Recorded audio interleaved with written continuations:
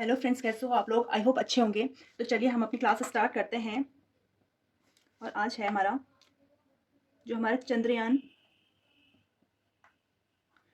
Chandrayaan third जो launch हुआ था, ये हुआ था 14 जुलाई 2023। और जो ये दक्षिण ध्रुव में पहुंचा था वो पहुंचा था 23 जुलाई, अगस्त 2023। ठीक है। तो जो ये चंद्रयान था इसमें क्या क्या भेजा गया था चंद्रयान के साथ, मतलब चंद्रयान में क्या क्या भेजा गया था। ये भेजा गया था, एक था रोवर, ठीक है, और एक था लैंडर। जो रोवर था उसका नाम था प्रज्ञान, और जो लैंडर है उसका नाम है विक्रम। ठीक है। ये विक्रम जो नाम रखा है, ये विक्रम साराभाई थे जो हमारे, तो उनके नाम पे रखा गया है। ठीक है। जो चंद्रयान थर्ड है, इस प्रोजेक्ट के जो डायरेक्टर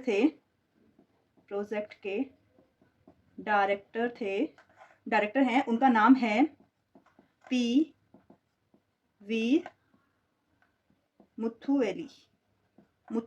ठीक है, ये इनका नाम है।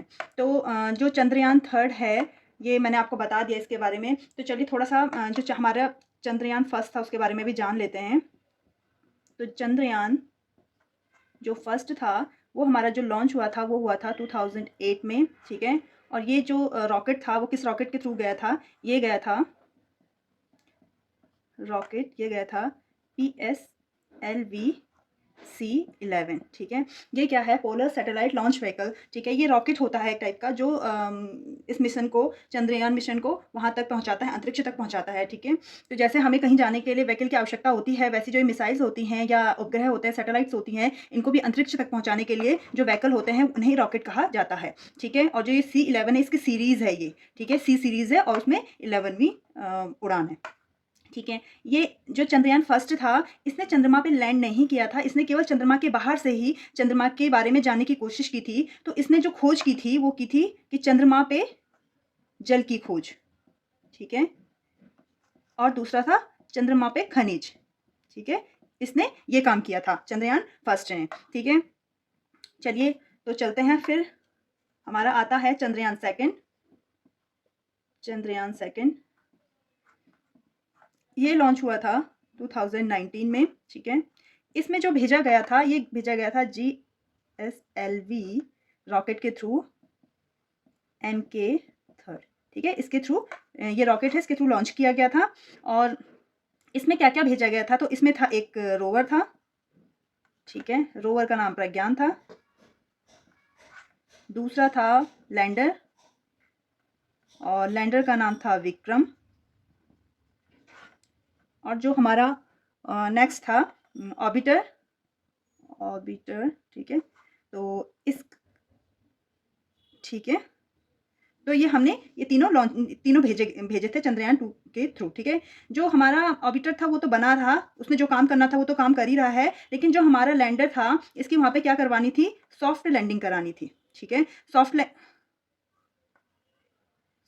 लैंडिंग करानी थी, लेकिन ये क्या किया इसने? सॉफ्ट लैंडिंग नहीं हो पाई और हार्ड लैंडिंग हो गई, जिससे हमारा जो लैंडर था उससे कनेक्शन टूट गया। और जो हमारा रोवर था उसने वहाँ पे उतर करके, लैंडर से उतर करके चंद्रमा पे खोज करनी थी, लेकिन ये हमारा काम नहीं हो पाया। इसलिए केवल हमारा जो ऑर्बिटर था उसने वहाँ पे अच्छे से काम किया। इसलिए जो चंद्रयान सेकंड है ये आंशिक रूप से ही सफल हो पाया। आंशिक सफलता, क्योंकि केवल हमारा ऑर्बिटर काम कर रहा था। ठीक है। तो ये मैंने आपको चंद्रयान सेकंड के बारे में भी बता दिया है। इसलिए फिर हमने चंद्रयान थर्ड भेजा, और इसमें हमने केवल रोवर जिनसे कनेक्शन टूट गया था, रोवर और लैंडर भेजे हैं। और ये भी हमारा जो रॉकेट है वो है GSLV-MK3, इसी के थ्रू इसको भी भेजा गया है। ठीक है। और जो चंद्रयान सेकंड था, इस समय पे जो इसरो के अध्यक्ष थे वो थे हमारे के सिवान। और आप लोगों ने देखा होगा कि जब ये इससे संपर्क टूट गया था तो के सिवान जी की रोते हुए एक पिक्चर आई थी, वीडियोस भी वायरल हुए थे उनके उस समय रोते हुए, तो बहुत दुख हुआ था उन्हें, बहुत मेहनत की होगी। तो जो और अभी जो चंद्रयान 3 है, इसके समय में जो हमारे इसरो के अध्यक्ष हैं वो हैं एस सोमनाथ। ठीक है, एस सोमनाथ हैं। इसमें ऐसा होता है, देखिए उन्होंने भी मेहनत की थी, के सिवान जी ने भी बहुत मेहनत की थी और एस सोमनाथ जी ने भी मेहनत की थी, लेकिन क्या था, किस्मत उनकी रही होगी कि उनके नाम पे ये चंद्रयान 3 का वो लगना था कि चलो उन्होंने उनके समय पे ये गया है, तो उनको इसकी सफलता मिल गई और इनको आंशिक सफलता मिली। तो चलिए आप इसको नोट डाउन कीजिए। तो अच्छा, यहाँ पे ये बताइए कि भारत का पहला उपग्रह जो लॉन्च हुआ था, ठीक है, वो था आर्यभट्ट। उपग्रह को ही सैटेलाइट कहते हैं, ठीक है, आर्यभट्ट था। तो जो आर्यभट्ट था ये कब लॉन्च हुआ था, ये हुआ था 19 अप्रैल 1975 में, ठीक है, 1975 में ये क्या हुआ था, लॉन्च हुआ था। तो ये बनाया गया था, भारत में बना था, इसरो में बना था, लेकिन जो इसको लॉन्च किया था वो यूएसएसआर की मदद से किया गया था, ठीक है, यूएसएसआर की मदद से इसको लॉन्च किया गया था आर्यभट्ट को, ठीक है। सेकंड आता है भारत के जो भारत के मतलब उपग्रह में, सॉरी ऐसे नहीं बोलेंगे, ये हो जाएगा भारत के सैटेलाइट मैन जिन्हें कहा जाता है सैटेलाइट मैन, या यूं कह लो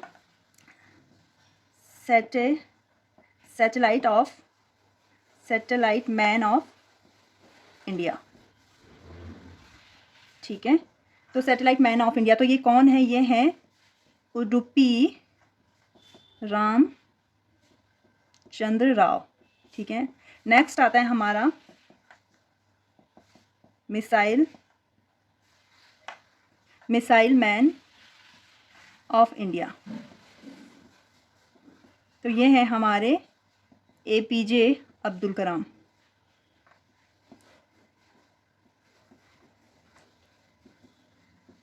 ठीक है। एपीजे अब्दुल कलाम ये हमारे राष्ट्रपति भी रह चुके हैं और हमारे देश के बहुत बड़े साइंटिस्टों में इनका नाम आता है, बहुत बड़े वैज्ञानिकों में इनका नाम आता है और इन्हें मिसाइल मैन ऑफ इंडिया भी कहा जाता है, ठीक है। तो चलिए आप इसको नोट डाउन कीजिए और हम इसी तरीके से आगे चलते हैं। और आता है भारत का पहला वैदिक थीम पार्क, ठीक है। तो ये कहाँ पे बनाया जा रहा है थीम पार्क, तो ये इसका उद्घाटन हो रहा है, ये बन रहा है नोएडा में बन रहा है, जो यूपी में है, ठीक है। और इसका नाम है वेद पार्क, इसका नाम रखा गया है वेद पार्क, ठीक है। तो चलिए चलते हैं, मैं इसको इरेज कर रही हूँ, आप स्क्रीनशॉट ले लीजिए, ये आपने नोट डाउन कर लिया होगा इसको।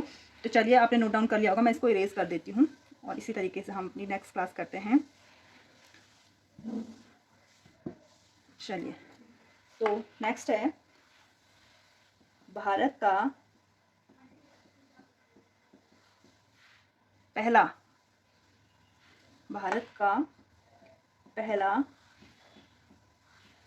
सबसे बड़ा रबर बांध, ठीक है। ये कहाँ पे बनाया जा रहा है, तो ये बन रहा है बिहार में, ठीक है। और कहाँ पे, बिहार में फाल्गु नदी पर, ठीक है। ये वही फाल्गु नदी है जहाँ पे गौतम बुद्ध को ज्ञान की प्राप्ति हुई थी, इस नदी के तट पर, ठीक है। इसे निरंजना नदी भी कहा जाता है, इसका दूसरा नाम निरंजना भी है, ठीक है, निरंजना नदी या फाल्गु नदी पर। तो यहीं पे ये बांध बनाया जा रहा है। तो हम अपने बिहार को भी यहाँ पे क्लियर कर देते हैं। तो बिहार के जो सीएम हैं वो हैं नीतीश कुमार, ठीक है, नीतीश कुमार जी। और जो यहाँ पे गवर्नर हैं वो हैं राजेंद्र अर्लेकर, ठीक है। तो आप लोगों को पता होगा कि यहाँ पे जो गवर्नर थे वो पहले फागू चौहान थे, अब चेंज होकर के राजेंद्र अर्लेकर हो गए हैं। तो एक राज्य ये भी है जिनके गवर्नर चेंज हुए हैं, ठीक है, ये ध्यान रखिएगा क्योंकि जिनके चेंज हुए हैं पूछे जाएंगे। नेक्स्ट है 108वीं विज्ञान कांग्रेस का आयोजन, ठीक है। तो ये कहाँ किया गया, ये किया गया नागपुर में, जो महाराष्ट्र में है, ठीक है। और ये सबसे पहले कहाँ किया, कब किया गया था, 1914 में किया गया था, ठीक है।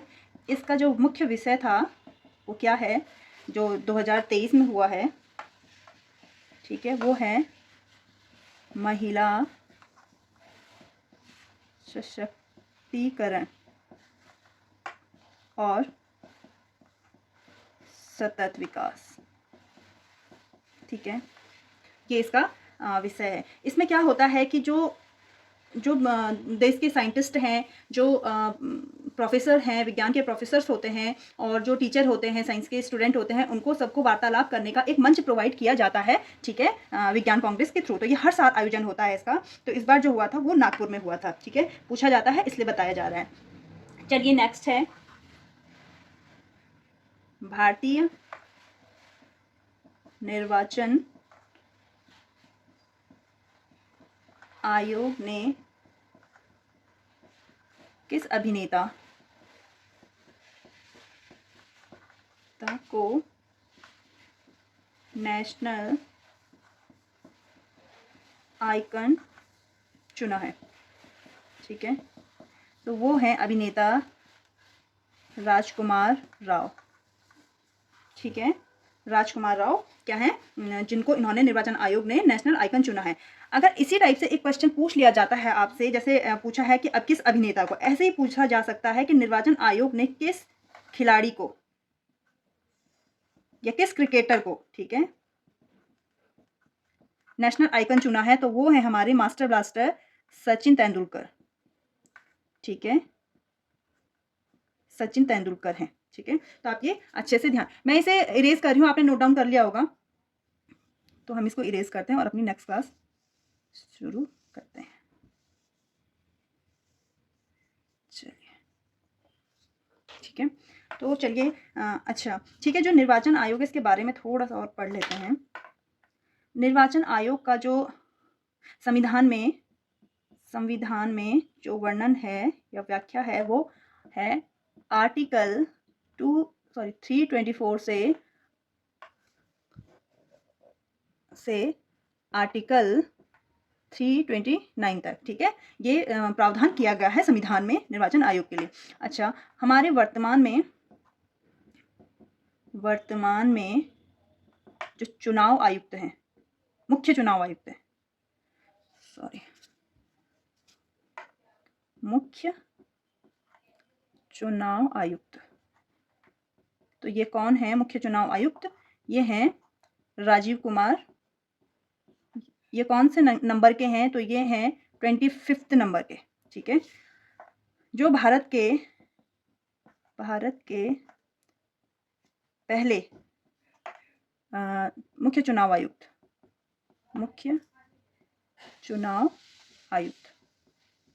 ठीक है, तो ये कौन है? ये है सुकुमार सेन। ठीक है, फिर है भारत की पहली महिला मुख्य चुनाव आयुक्त, तो ये हैं V.S. रमा देवी। ठीक है, महिलाओं में ये प्रथम है, लेकिन क्रम के अनुसार देखा जाए तो ये 9वें नंबर पे है, 9वीं है। ठीक है, तो आप इसको नोट डाउन कीजिए। और ये क्वेश्चंस जो है ये अक्सर पूछे जाते हैं, इसलिए मैंने आपको बता दिए हैं। ठीक है, क्योंकि देखे गए हैं, जो पिछले पेपर में कईयों में देखे गए हैं। चलो मैं इसे रेस कर रही हूँ, फिर हम अपना क्लास को आगे बढ़ाते हैं। आपने स्क्रीनशॉट ले लिया होगा, और नहीं लिया तो ले लीजिए। चलिए, आई थिंक आपने ले लिया होगा।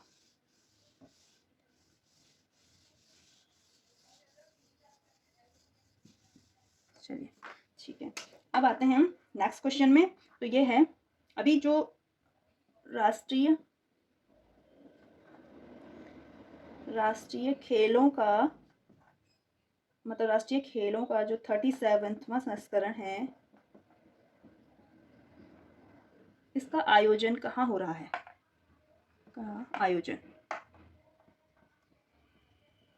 ठीक है, तो ये हो रहा है गोवा में। ठीक है, गोवा में हो रहा है। और जो राष्ट्रीय खेलों का जो इससे पहले हुआ था 36वां संस्करण था जो, ठीक है, ये हुआ था गुजरात में। और जो 38वां होगा वो होगा अपने उत्तराखंड में। ठीक है, उत्तराखंड में होगा। तो चलिए ये ले लेते हैं, गोवा के बारे में थोड़ा सा जानकारी दे देते हैं। जो गोवा है ये पहले पुर्तगाल के अंडर में था, पुर्तगाल का यहाँ पे आधिपत्य था। तो इसको गोवा को पुर्तगाल से या पुर्तगालियों से जो भारत ने छीना है या भारत ने लिया है, ये ऑपरेशन विजय के तहत, ठीक है, विजय के तहत लिया है। और कब लिया था? ये लिया था 19 दिसंबर 1961 में, ठीक है। और उस समय यहाँ का जो गवर्नर था, पुर्तगाली गवर्नर था, और जो पुर्तगालियों ने जो गोवा लिया था वो लिया था यूसुफ आदिल शाह से लिया था। जो बीजापुर का राजा था यूसुफ आदिल शाह, उसी से लिया था गोवा। 1510 में लिया था। और 15 पुर्तगालियों ने लिया था यूसुफ आदिल शाह से लिया था। और कब लिया था? 1510 में लिया था। ये बीजापुर का शासक था। लिख लेती हूँ यहाँ पे, आप भी ऐसे ही लिखिएगा जैसे मैं आपको बता रही हूँ, ऐसे करके आपको लर्न करने में भी इजी होगा, ठीक है। तो 1510 में लिया था यूसुफ आदिल शाह ने। उस समय यहाँ पर पुर्तगाली जो गवर्नर था वो था अल्बुकर्क,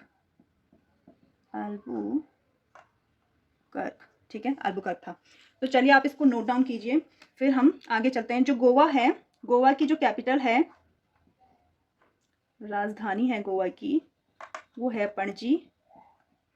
ये है मांडवी नदी के किनारे, मांडवी नदी के तट पर है, ठीक है। और जो यहाँ के जो सीएम हैं वो है प्रमोद सावंत।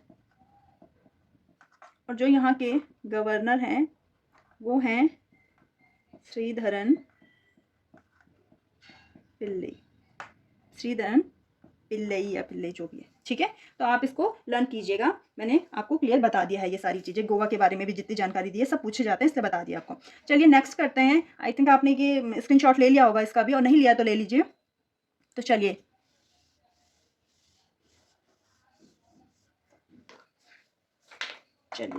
तो हमारा जो नेक्स्ट है वो है हाल ही में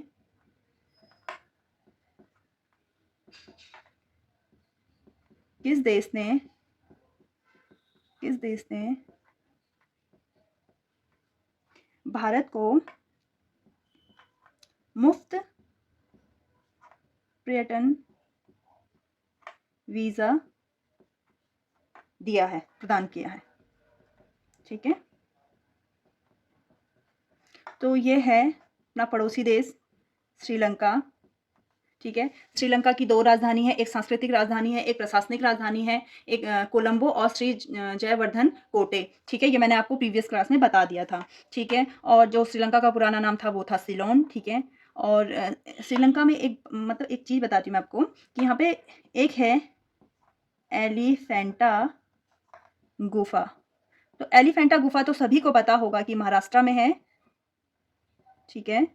और एक है एलिफेंटा पास या दर्रा, ठीक है। तो एलिफेंटा पास जो है वो है श्रीलंका में। इसमें कंफ्यूज मत करना अगर पूछा जाता है, क्योंकि हम बहुत कंफ्यूज कर जाते हैं गुफा और दर्रा में कि गुफा कहाँ है, ये तो हमें पता महाराष्ट्र, और एलिफेंटा दर्रा सुन करके हम महाराष्ट्र ही टिक कर देते हैं, ठीक है। तो इसका ध्यान रखिएगा। आगे चलते हैं और नेक्स्ट है हमारा भारतीय अंतर्राष्ट्रीय फिल्म समारोह का आयोजन,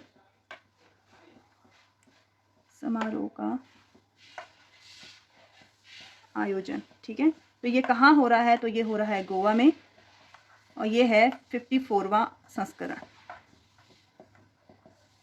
ठीक है। और गोवा जब भारत का राज्य बना था, ये बना था 25वां, ठीक है। चलिए आगे चलते हैं। नोटबुक एलएम, ठीक है। नोटबुक एलएम ये क्या है? ये एआई है, आर्टिफिशियल इंटेलिजेंस एआई है गूगल का, ठीक है, गूगल का। चलिए जो गूगल के सीईओ है वो है सुंदर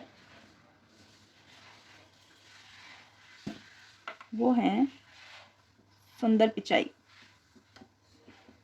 ठीक है। सुंदर पिचाई है गूगल के सीईओ, ठीक है। नेक्स्ट है लोकमान्य तिलक पुरस्कार ये किसे दिया गया है? तो ये दिया गया है हमारे महामहिम प्रधानमंत्री जी नरेंद्र मोदी जी को। ठीक है, ये लोकमान्य तिलक जो हमारे बाल गंगाधर तिलक थे उन्हीं की याद में दिया जाता है। और वो बाल गंगाधर तिलक जी ने गणेश उत्सव व